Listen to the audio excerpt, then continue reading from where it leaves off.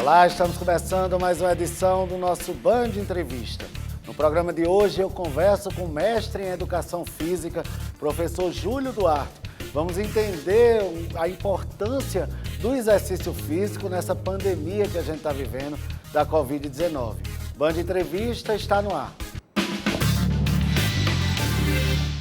De volta com o nosso Band Entrevista, eu já recebo aqui na nossa plataforma online ele que é mestre em Educação Física, Júlio Duarte. Professor, seja muito bem-vindo aqui ao nosso programa. Bom dia.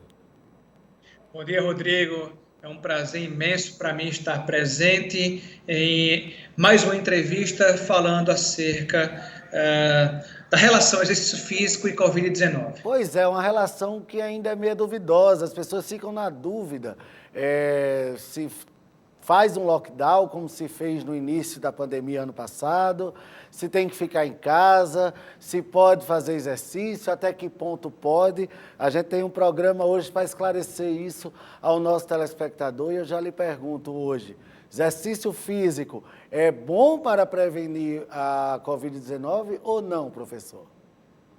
Excelente pergunta, Rodrigo. Primeiramente, nós temos que ter em mente que, de fato, existe a hipótese do exercício físico de intensidade moderada ser fundamental para potencializar a nossa imunidade, o nosso sistema imunológico. E nós não temos clareza ainda sobre o exercício físico ser uma medida profilática especificamente para a Covid-19. Existe a hipótese que sim, mas é uma hipótese, tudo bem? De forma geral, o exercício físico de intensidade moderada, ele aumenta as nossas defesas por potencializar o nosso sistema imunológico. Agora, extrapolar isso para a Covid-19 ainda pode ser precipitado, porque carecemos ainda de evidência nessa relação mais específica, exercício e Covid-19. Júlio, e aí a intensidade desses exercícios? Hoje a gente vê que o maior atingido quando a pessoa é acometida da Covid-19 é o pulmão. E aí, esses exercícios, de repente, com a frequência maior, não tendem a enfraquecer o pulmão? Eu queria que você fizesse essa correlação aí para a gente. Excelente, Rodrigo. Bom, reforçando o que eu mencionei anteriormente, o exercício ele deve ser feito em intensidade moderada e não deve também exceder uma duração acima de 60 a 90 minutos. Então, por exemplo, se você não se contenta com a intensidade moderada e quer se aventurar pela intensidade vigorosa, tudo bem, pelo menos restrinja esse tempo. Não passe de 1 hora se você for fazer exercícios de intensidade vigorosa. Para pessoas que tiveram Covid-19, os principais sintomas são a dispneia, que é a falta de ar, a fraqueza, a dor muscular, enfim. Nesses casos, é fundamental, Rodrigo, que tenhamos um retorno gradual ao exercício, totalmente individualizado e totalmente baseado na tolerância subjetiva do sujeito, na atividade, obviamente. Vamos falar português, né, Júlio, aqui para o nosso telespectador que está nos acompanhando nessa tolerância subjetiva. Explica para quem está em casa aí o que é que significa isso. Legal, Rodrigo. Tolerância subjetiva é a tolerância de cada sujeito. Olha, professor, eu estou começando a treinar, mas eu estou sentindo um cansaço excessivo, ou seja, minha tolerância nesse momento está baixa.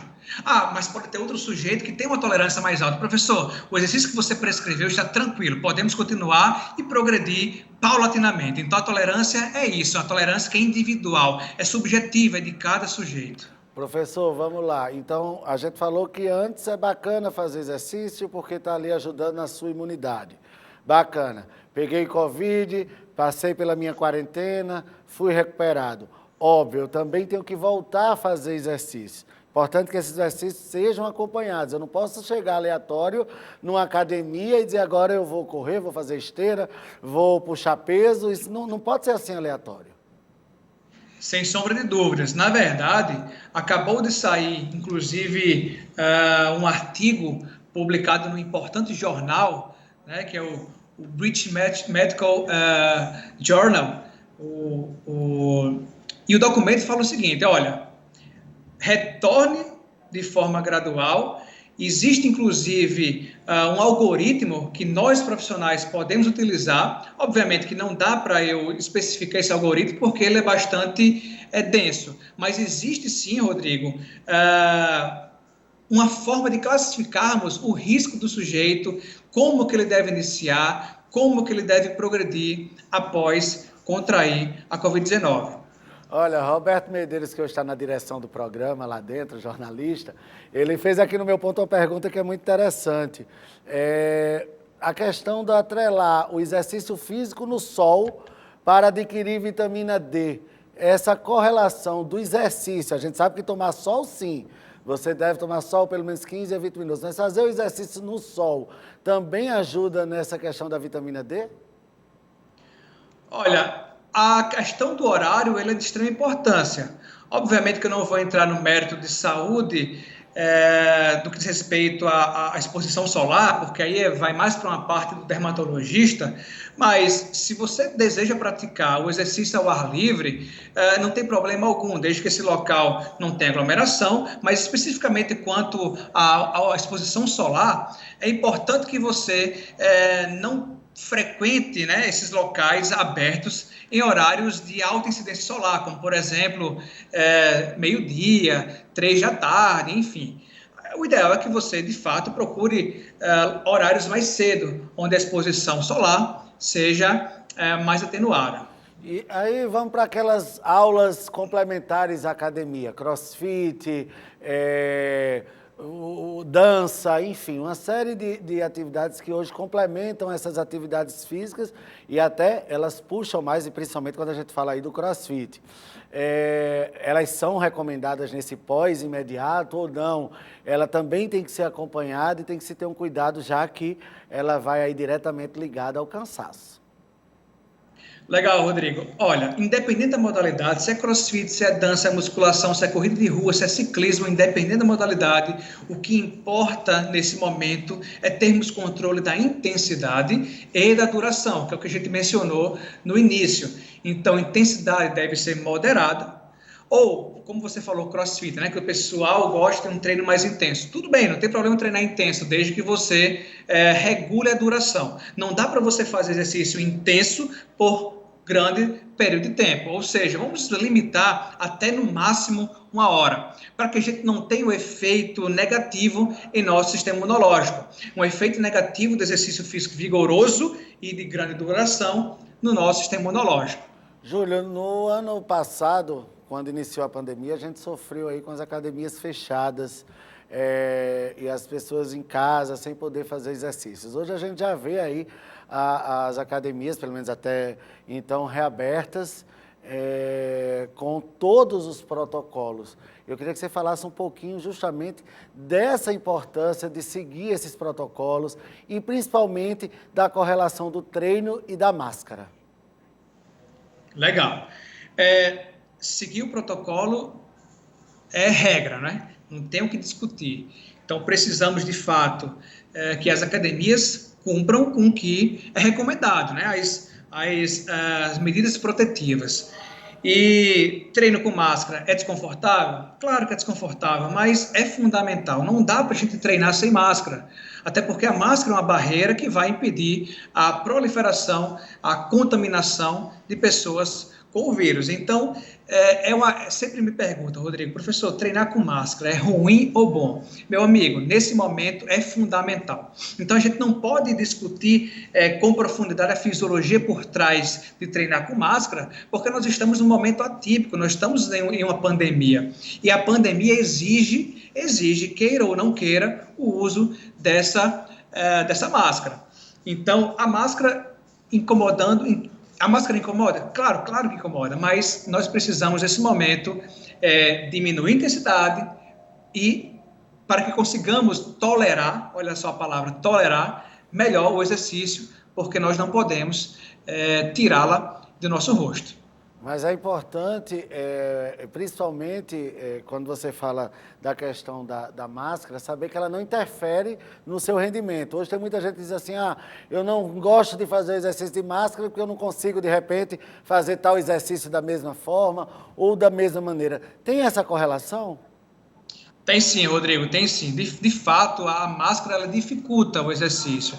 Então, o uso da máscara durante o exercício faz a nossa percepção de esforço ser maior. Ou seja, se a gente corre 10 km por hora sem máscara e 10 km por hora com máscara, é óbvio que a gente vai sentir um esforço maior correndo os mesmos 10 km com máscara. Júlio, eu queria que você falasse agora dessa importância das academias terem esse cuidado também, aí já não olhando pela parte do aluno, mas olhando pela parte da empresa. Você é profissional de educação física, faz parte da empresa e mais do que nunca sabe que as academias precisam também olhar esse lado dos alunos e ter esse cuidado com cada pessoa que está ali, porque hoje a gente está no meio de uma pandemia que os números só aumentam. Rodrigo, muito bem observado. Veja, a academia é um local de saúde, de promoção de saúde. Então, nós precisamos cumprir com esse nosso objetivo, com esse nosso propósito. Não dá para uma academia não seguir com as regras de sanitização e, assim, propagar o vírus, né? Na verdade, se é um local de saúde, nós precisamos cumprir as regras. Precisamos de dispensas de álcool em gel, precisamos de, se possível, uma renovação do ar, precisamos ter um controle muito claro do fluxo de alunos por horários, porque, vejam, muitas pessoas, Rodrigo, ficam com medo de frequentar a academia por achar que ela está o tempo inteiro muito povoada, muito lotada. Mas, na verdade, é fundamental o controle durante o dia dos horários de pico, porque eu já sei que, eu vou evitar esse horário. Então, se o horário X é de pico, eu poderia muito bem ir no horário Y, que, de acordo com a academia, com que a academia informou, é um horário que menos pessoas frequentam. Então, são condutas que aparentemente são simples, mas que no somar de tudo vai repercutir de forma muito positiva. Júlio, e finalizando aqui nossa entrevista, eu queria que você falasse da importância que é, principalmente num pós-pandemia, de você ter um profissional habilitado para acompanhar seus exercícios, porque às vezes um exercício mal feito, em vez de ajudar, ele pode atrapalhar, né? Excelente também, Rodrigo. O exercício físico faz bem para a saúde, isso é claro, todos nós sabemos, combate hipertensão arterial, diabetes, obesidade, distúrbios psicológicos, enfim. Mas, como você muito bem falou, não é simplesmente chegar e fazer o exercício precisa ser muito bem orientado. Eu costumo sempre fazer uma analogia, Rodrigo, da mesma forma que o médico prescreve um medicamento, com posturologia, olha, você vai tomar tantas miligramas, tantas vezes por dia, por tanto tempo. É a mesma coisa o exercício, olha, você vai fazer tanto tempo de exercício, tantas séries, tantas repetições, com esse intervalo de descanso, tantas vezes por semana. Ou seja, existe uma posologia, existe uma prescrição do exercício. Então, não é simplesmente, vou me tornar ativo. Legal, se torna ativo, mas procure uma orientação. Júlio, porque não é simplesmente fazer por fazer, e sim fazer de forma mais agradável possível e correta possível. Júlio, eu queria agradecer muito a sua participação aqui e pedir para que você deixe aí suas redes sociais, para quem tiver mais alguma dúvida, quiser esclarecer aí mais algum ponto, possa aí lhe achar ou a academia que você trabalha.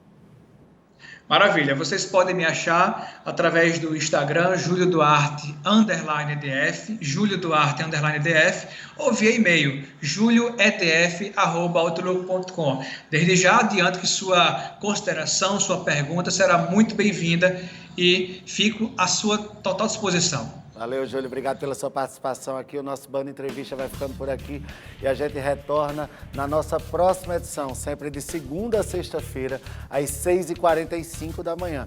Perdeu essa ou outra edição do programa? Está lá disponível no nosso canal da Band RN. No YouTube, a gente também se encontra lá. Até lá.